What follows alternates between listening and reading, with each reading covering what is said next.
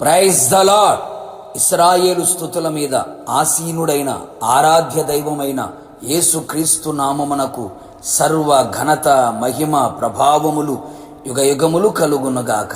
మీకు రక్షణ, ఆరోగ్యము, సమాధానము, కృప కలుగునుగాక. ఈ దినపు యేసయ్య జీవపు మాట 104వ కీర్తన 34వ చరణం. నేను యెహోవా యందు సంతోషించెదను. యేసయ్య పాద సన్నిధిని ప్రేమించి ఆయన మందిరములో ఒక్క దినము గడుపుట 1000 దినముల కంటే శ్రేష్టమైనదిగా ఎంచి ఆయన మందిరము ద్వారమునొద్ద ఇండుట ఇష్టముగా భావించి ఆయన మందిర ఆవరణములను చూడవలెనని ఆశతో ఎదురు చూస్తూ పరిశుద్ధ అలంకారముతో, కృతజ్ఞత అర్పణలతో, స్తుతులతో, భయముతో, వణుకుతో ఆయన మందిరములో ప్రవేశించుచున్న నా దేవుని ప్రియమైన జనమా, మనం ఎల్లప్పుడూ అన్ని వేళలా యేసయ్యందే సంతోషించదము. ప్రతి ఆత్మీయుడు, ఆయన శిష్యులు, ఆయనను అనుసరించే వారందరూ ఆయనయందే సంతోషించవలెను. మన సంతోషము యేసయ్యే. యేసయ్య కలువరి శిలువ ప్రేమ ద్వారా మనకు కలిగిన భాగ్యము, ఆయన రక్తము ద్వారా మనకు కలిగిన రక్షణ, ఆయన గాయముల ద్వారా మనకు కలిగిన స్వస్థత, ఆయన శరీరముని సంఘములో అవయములుగా మారిన మనము, మన కొరకు సిద్ధపరచబడుచున్న రాజ్యము, ఇలా ఎన్నెన్నో ఆయన కార్యములను తలంచినప్పుడు హృదయానందముతో కేకలు వేయుచు యేసయ్య ఎందే నిత్యము సంతోషించెదము. లోకములో ఉన్న వ్యక్తి ఆస్తి, అంతస్తు, డబ్బు, పలుకుబడి, హోదా, అధికారం, వెండి బంగారములు, లోకములు విలువైన వాటి యందు సంతోషించెదరు. ప్రభువునందు ఆనందించుడి. మరలా చెప్పుదును, ప్రభువునందే ఆనందించుడి. ఎన్ని శ్రమలైనా, ఎన్ని నిందలైనా, అవమానాలైనా, ఆర్థిక ఇబ్బందులైనా, కష్టాలైనా, ఇరుకులైనా, ఇబ్బందులైనా, తలకు మించిన సమస్యలే ఎదురైనా మన సంతోషము యేసయ్యలోనే వెదికెదము. మన సంతోషానికి కారణము ఏది కాకూడదు. ఏదైనా ఉంది అంటే అది యేసయ్య ఉండాలి, యేసయ్య వలన అయి ఉండాలి. ప్రతి సమయమునందు, ప్రతి విషయములో యెహోవా యందు సంతోషించదము. ఎల్లప్పుడూ యేసయ్యను బట్టి మనము సంతోషించగలిగితే ఆయన మన హృదయ వాంఛలను తీర్చును కదా. మన మనోభీష్టము సఫలము చెయ్యును.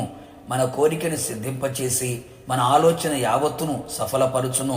మన పెదవుల నుండి వచ్చిన ప్రార్థన మానక అంగీకరించి ఆశ్చర్యమైన, అద్భుతమైన, ఘనమైన, వింత, గొప్ప కార్యములు జరిగించును.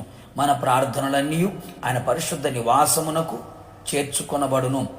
శ్రేయస్కరమైన ఆశీర్వాదములతో ఆయన మనల్ని ఎదుర్కొని పరసంబంధమైన, ఆత్మ సంబంధమైన, భూ సంబంధమైన, శరీర సంబంధమైన ప్రతి ఆశీర్వాదమును మనకు అనుగ్రహించును. ఆ ఆశీర్వాదములతో మనలని ఎదుర్కొనును. అన్ని విషయములలో ఆశీర్వదించును. ఆయుస్సును పెంచి ఆరోగ్యం ఇచ్చి దీర్ఘాయువుతో తృప్తిపరచును కదా. గౌరవాన్ని, ప్రభావమును, వస్త్రములను ధరింపచేయును. ఘనతాస్పదముగాను, అతిశయాస్పదముగాను, మహిమాస్పదముగాను, ఆశీర్వాదాస్పదముగాను నిలబెట్టును కదా. ఆయన సన్నిధిని సంపూర్ణ సంతోషముతో ఉల్లసించున్నట్లుగా చేసి కృపచేత కదలక ఆయనలో, ఆయన కృపలో, విశ్వాసములో నిలబెట్టును కదా. ఉన్నత స్థలముల మీద నివసింప చెయ్యును కదా. లోకములో ఏదైనాను అల్పమైన సంతోషమే అని గ్రహించి శాశ్వతమైన సంతోషం యేసు క్రీస్తులో కలదని గ్రహించి ఆయన యందు సంతోషించుచు ప్రభు రాకడ కొరకు సిద్ధపడుదుముగాక. ప్రార్థన. నిత్యాశ్రయ దుర్గమైన యేసయ్య, నీ పరిశుద్ధమైన పాదములకి కృతజ్ఞతాస్తుతులు చెల్లించుచు ఉన్నాం. మీరెంతైనా నమ్మదగిన దేవుడు, మంచి దేవుడు. మీ ప్రియులైన ప్రజలందరూ కూడా నీ యందు సంతోషించున్నట్లుగా మీరు చేసి ఉన్నారు. అందును బట్టి మీకు స్తోత్రం. ఇక మీదట ప్రతి ఒక్కరూ కూడా ప్రభువా మీ యందు సంతోషించున్నట్లుగా కృప దయచేయండి. లోకములో ఉన్న ఏది, దేని ద్వారా కలిగే సంతోషం శాశ్వతమైనది కాదని, అల్పమైనదని, స్వల్పమైనదని గ్రహించిన వారై సంపూర్ణమైన శాశ్వతమైన సంతోషం అది మీలోనే దొరుకుతుందని గ్రహించిన వారై ప్రభువా మీ యందు సంతోషించున్నట్లుగా, ఎలాంటి పరిస్థితుల్లోనైనా సరే మీ యందు సంతోషించున్నట్లుగా కృప దయచేయండి. అలాగే ప్రభువా మేము యందు సంతోషించు వారి జీవితంలో మీరు చేసే ప్రతి కార్యములు ప్రతి ఒక్కరు అనుభవించున్నట్లుగా కృప దయచేసి మహిమ పొందమని రాకడ కొరకు సిద్ధపరచమని యేసు నామములో అడిగి పొందుకున్నాము తండ్రి, ఆమెన్.